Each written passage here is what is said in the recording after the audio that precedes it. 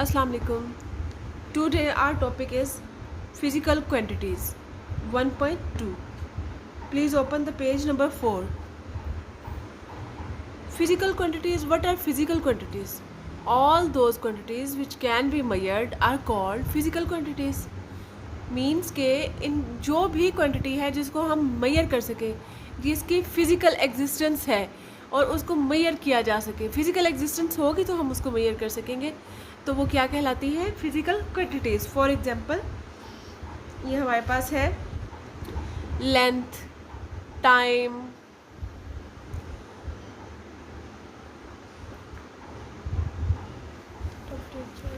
Temperature, मास, etc.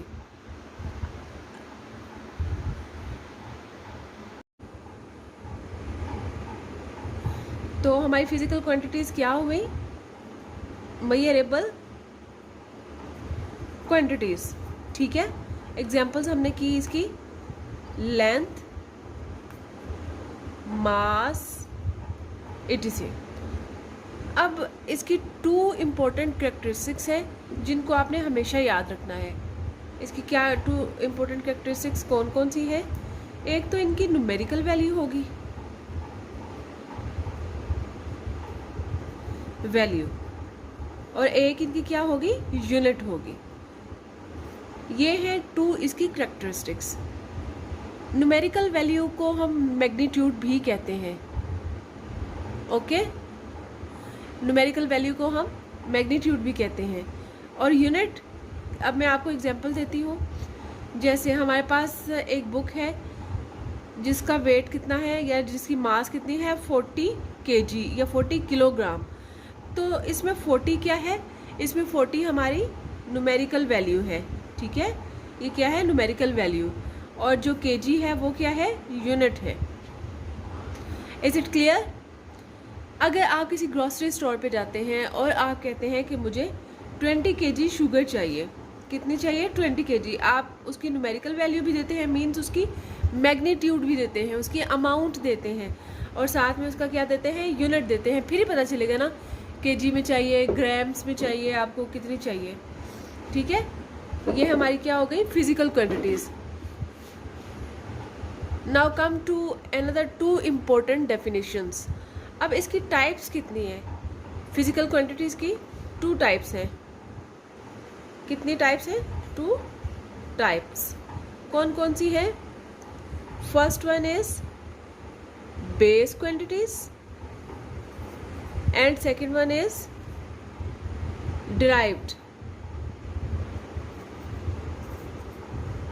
सबसे पहले हम बेस क्वांटिटीज़ को देख लेते हैं. That what are base quantities. अब बेस क्वांटिटीज़ हैं क्या, इसको आपने बहुत गौर से समझना है. बेस क्वांटिटीज़ वो होती हैं जो कि किसी भी दूसरी क्वांटिटी की बेस बनाए. मीन्स के आप इसको इस तरह से कह सकते हो, base quantities that are used to form other quantities are called base quantities. जैसे बिल्डिंग की बेस क्या है? ब्रिक्स है. उसकी यूनिट कह लो या उसकी बेस कह लो, वो क्या है? ब्रिक्स है. तो ये पूरी बिल्डिंग की बेस क्या हुई? ब्रिक्स हुई. ये ब्रिक्स मिलके ही क्या बना रही है? बिल्डिंग बना रही है. तो ये बेस क्वांटिटीज़ क्या है? Base quantities are use to form other quantities. ठीक है, अब ये बेस क्वांटिटीज़ होती कितनी है हमारे पास? जो बेस क्वांटिटीज़ है, जो कि टोटल क्वांटिटीज़ हमारे पास बेस क्वांटिटीज़ वो कितनी है? 7 है. ये आपको MCQs भी आ सकता है कि how many types of base quantities और हाउ मेनी बेस क्वांटिटीज़. 2 है, मल्टीपल चॉइस भी आ सकती है. 2 है, 7 है या 4 है. तो ये आपने क्या कहना है? 7 है, उसको टिक करना है. अब हम उनको 1 बाय 1 डिस्कस कर लेते हैं. सबसे पहले हमारे पास है लेंथ. लेंथ क्या है? 2 पॉइंट्स के सेंटर में जो डिस्टेंस है उसको हम कहते हैं लेंथ. ठीक है, ये आपको डिटेल में नहीं पढ़ा रही क्योंकि मैट्रिक का सब्जेक्ट है, इसीलिए हमें जस्ट यहाँ पे इनके नेम ही अंडरस्टैंड करने हैं और उनको रिमाइंड करना है. Next one is mass. अब मास क्या है? Mass you can say quantity of matter. क्या है? क्वांटिटी ऑफ मैटर, हमारे पास मतलब किसी भी चीज़ की के मैटर की क्वांटिटी है। अब time, next come to time. Time क्या है? टाइम ड्यूरेशन होता है बिटवीन टू वर्क्स। क्या है? ड्यूरेशन, जो हम पर सेकेंड परफॉर्म करते हैं, वो ये है हमारा time. Next one is temperature. अब टेम्परेचर क्या है? टेम्परेचर वो क्वांटिटी होती है जो शो करती है किसको? हॉटनेस को या कोल्डनेस को। ठीक है, तो ये क्या है हमारी another base quantity. Next come to electric current. Electric current. अब इलेक्ट्रिक करंट क्या है? आपने पढ़ा है छोटी क्लासेस में भी, फ्लो ऑफ चार्जेस। क्या है? Flow of charges. Next come to another base quantity which is intensity of light।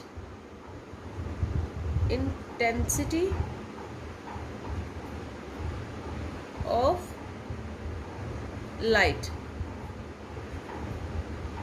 अब आप ये कहेंगे इंटेंसिटी ऑफ लाइट क्या है?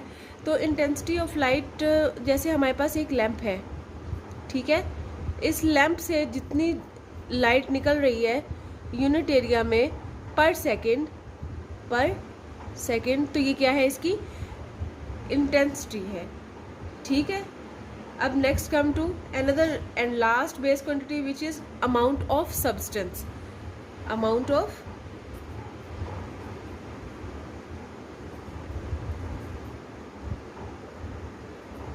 ऑफ सब्सटेंस, इसको हम मोल भी कहते हैं। क्या कहते हैं? मोल। और इसकी वैल्यू क्या होती है? 6.02 इंटू 10⁻23। अब ये क्योंकि बहुत बड़ी वैल्यू है इसीलिए हम इसको पावर की फॉर्म में लिखते हैं। जैसे कि आपको पता है, अगर हम 10 की पावर 2 कहें तो इसका मतलब होता है 100। अगर हम 10 की पावर 3 कहें तो इसका मतलब होता है 1000। यू कैन इमेजिन कि 10 की पावर 23 है तो इसका मतलब है कितनी बिग वैल्यू है, इसलिए हम इसको इस तरह से शो करते हैं। तो ये हमारे पास कितनी होगी बेस क्वांटिटीज़?